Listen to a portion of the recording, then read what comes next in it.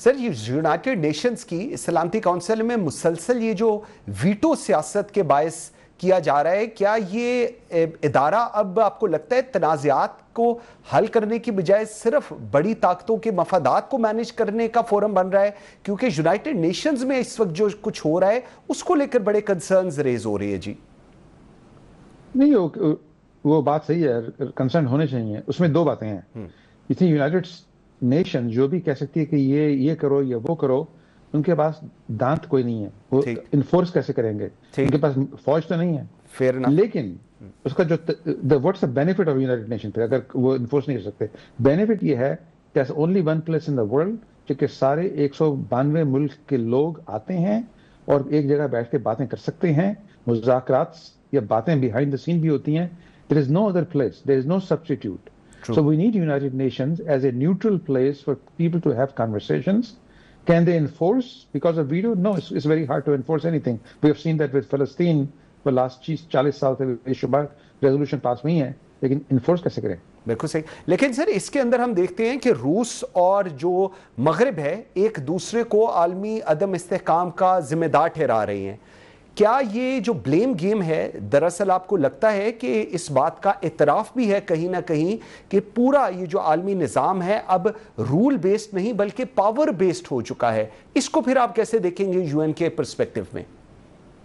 یہ بات آپ کی پروفاؤنڈ ہے، اس کریکٹ۔ the reason یہ پچھلے ہمیں 75-80 سال سے کام چل رہا تھا کہ رول بیسڈ ایک ہم نے سوسائٹی کریٹ کی تھی کہ کنٹریز کے 5-6 رولز تھے، ایک دوسرے کو اٹیک نہیں کریں گے خام خواہ میں، آپ کو کنڈیم کیا جائے گا، آپ کے خلاف ہو جائے گا۔ جب عراق نے کویت کو اٹیک کیا تھا، that was a good example. ٹھیک 92 کنٹریز کیم ٹوگیدر، انہوں نے کیا ہے کہ یہ نہیں ہو سکتا، ہمیں ٹھیک کریں گے۔ وہ رول بیسڈ کیوں چل رہا تھا؟ رول بیسڈ یہ چل رہا تھا کیونکہ ایک سپر پاور تھی یا 2 سپر پاورز تھیں، انہوں نے ایک بیلنس میں رکھا ہوا تھا۔ Politics change. Why did it change? Let's talk about that. It changed for one reason. America for the first time became independent of oil and dependency on Middle East. Theek. Why? One word answer: shale oil. Shale oil, which they discovered how to crack rock soap and how to extract oil, that completely changed. America went from producing 10-11 million barrels per day to 20 million barrels per day. تو اس کے بعد کہ یار ہم یہ کیوں بھاگتے ہیں، کیوں ہم اتنا پیسہ کرتے ہیں سب کو پولیس مین کرنے کی، جو اپنے کو آپ خود کیوں نہیں کرتے؟ تو پولیٹکس چینج ہو گئی اور ٹرمپ نے اس کا فائدہ اٹھایا۔ اب کہہ رہے ہیں جس کی لاٹھی اس کی بھینس، وہ ہو گیا rule. So rule of law سے اب ہوگا ریجنل سفیئر آف انفلوئنس ہو جائیں گے۔ بالکل ٹھیک۔ تو دیکھیں جو امریکہ نے جو کیا ہے وینزویلا کے واقعے میں، Greenland, Canada, it's all about western hemisphere protection. Exactly, بالکل ٹھیک۔ سر اسٹریٹ آف ہارمز جیسے جو چوک پوائنٹس ہیں جس پر مختلف قانونی تشریحات ہم دیکھتے ہیں سامنے آ رہی ہیں، کیا یہ United Nations Convention on Law of Sea جیسے عالمی قوانین کی عملداری کو کمزور کر رہا ہے، یا بڑی طاقتیں اسے اپنے مفاد کے لیے ریفائن کر رہی ہیں؟ کیونکہ یہ اس وقت بڑی ایک ڈسکشن چل رہی ہے کہ جی اپنے پرسپیکٹو کے حساب سے یہ سارا کچھ بولڈ کیا جا رہا ہے آج کی دنیا میں۔